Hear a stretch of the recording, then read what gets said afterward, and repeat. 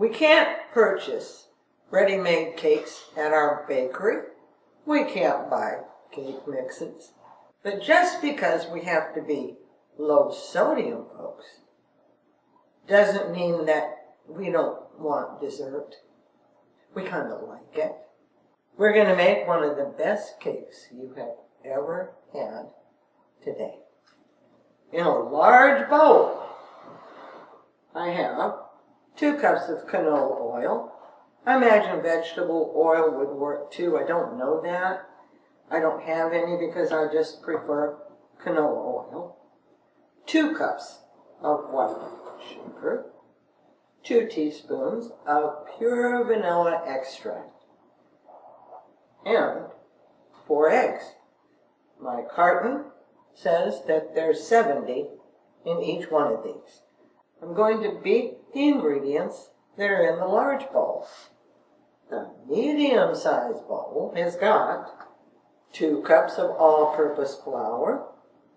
If you have any self-rising flour in your pantry, you might want to move it out because it's 440 milligrams for a half a cup.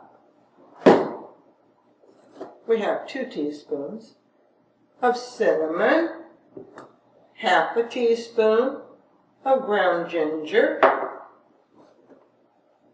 1/4 teaspoon of ground cloves, 1/4 teaspoon of ground nutmeg. Now we need some baking soda.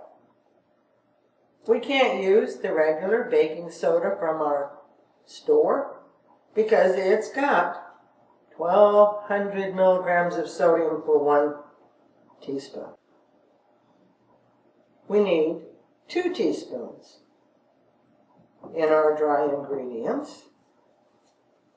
Energy baking soda substitute has no sodium. It can be ordered from Amazon or Healthy Heart Market. Every low sodium pantry needs this. The label says to use double. My normal recipe calls for 2 teaspoons, so I put in 4. While you're at Healthy Heart Market or looking on Amazon, check out the Hain Featherweight Baking Powder. Regular baking powder has 520 for a teaspoon. This has none. We're not using this today. I just wanted to tell you, because if you're going to bake anything, you might just want to go get both of these. If you go to Healthy Heart Market, check out their other stuff. They've got some nice things. Here we go. Energy baking soda substitute and Hain Featherweight baking powder. I just wanted to show you that. After this is beaten, then I'm going to add all this dry stuff and beat it again. Beat the ingredients in the large bowl for probably a minute, minute and a half on high. It almost looks like a custard. Then beat in the dry ingredients. My batter smells wonderful. Then we're going to stir in 1 cup of walnuts. Check your label on your walnuts because some of them have sodium in them. 1 cup. And 3 cups of grated yams. It took about 1 3/4 medium to get the 3 cups. On my scale, it weighed just a little bit under 10 ounces. 5.29 ounces of raw yams is 14 milligrams of sodium. So we're going to add 28 milligrams. Mix these together and put the batter in a 9 by 13 inch baking pan. And I greased mine with a little bit less than a tablespoon of unsalted butter. Mix it all together. Please subscribe to my channel. Every Friday, I'll be posting a low sodium recipe or a tip to help you lower that sodium. Just might surprise you where some of that sodium is coming from. And sometimes I do both.